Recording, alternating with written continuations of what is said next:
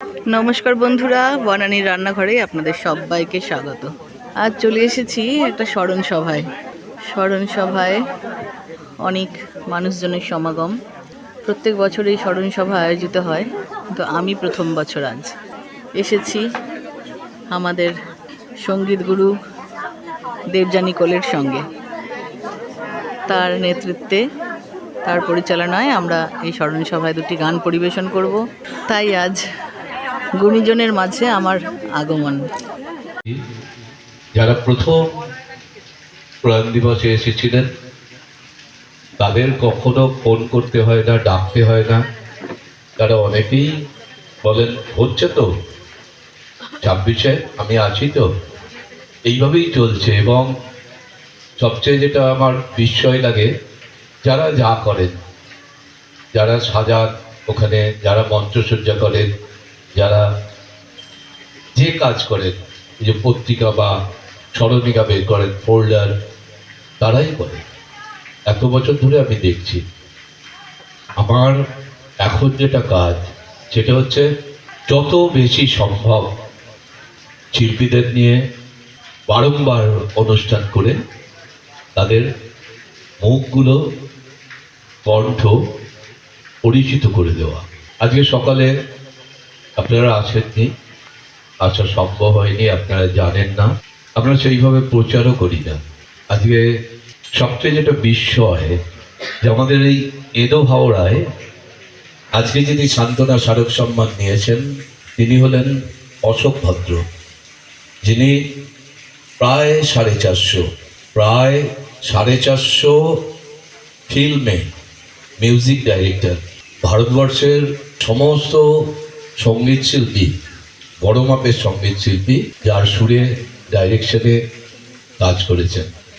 যেমন একটা নাম বলি আমি, কুমার শানু 700টি গান গেয়েছেন, এটি ইতিহাস, যেটা অশোক ভদ্রের মিউজিক ডাইরেকশনে।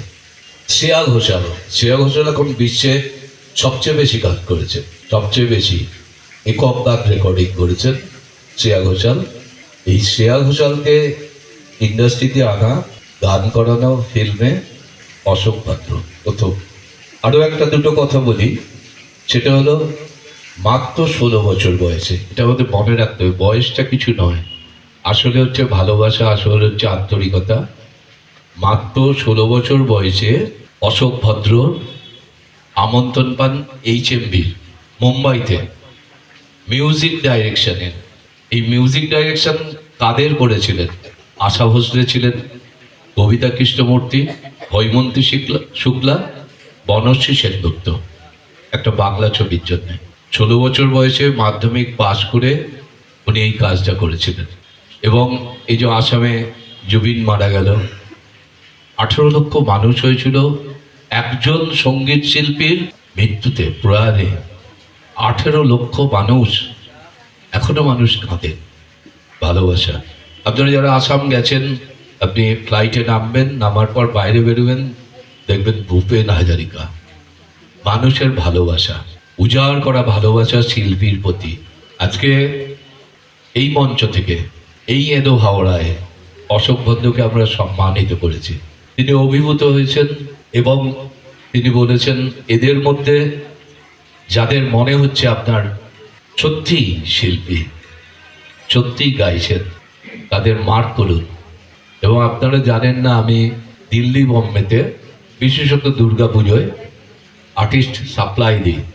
সাপ্লাই বলতে কথাটা ভুল হবে, না কোনো পয়সার বিনিময় নয়। আমি ওদের আমন্ত্রণ করি অনেক মানুষকে। দেখবেন ছোট ছোট অনুষ্ঠান আমাদের কুসুম মঞ্চেও হয়, এখানে ওখানে ছড়িয়ে ছিটিয়ে একটা দুটো লোক বসে আছে, চুপ করে গালে হাত দিয়ে গান শুনছে। তারা ফোন করে বলে, এবারেও ওই প্রথমে তো বলে দারুণ লেগেছে, রাত্রিরে ফোন টোন করে, তারপরে বলে ওই মেয়েটিকে পাঠান তো, ওই ছেলেটিকে পাঠান তো। এবং তাছাড়াও যেটা আমার পক্ষে সুবিধা, আমি স্টেট সেক্রেটারি প্রাইভেট স্কুলগুলোর, বেসরকারি বিদ্যালয় কল্যাণ সমিতি রাজ্য সম্পাদক 20 বছর। আর মিশন ওয়ান ওয়ার্ল্ড একটা বোর্ড আছে, 42টি বোর্ড, এটা দিয়ে 43টা, যারা সারা রাজ্যে নতুনভাবে বিজ্ঞানসম্মত পরীক্ষা পরিচালনা করি। সেই সূত্রে জেলায় জেলায় অনুষ্ঠান করার সুযোগ আছে। আজকে এখানে উপস্থিত ছিল, নদিয়া ছিল, বর্ধমান ছিল, বীরভূম ছিল, বাঁকুড়া ছিল, মেদিনীপুর ছিল, 24 পরগনা ছিল, উত্তর 24 পরগনা, দক্ষিণ 24 পরগনা, কলকাতা, এখানে ছড়িয়ে ছিটিয়ে বসে আছে। আমি যতজনকে এখান থেকে দেখতে পেয়েছি মঞ্চে ডেকেছিলাম।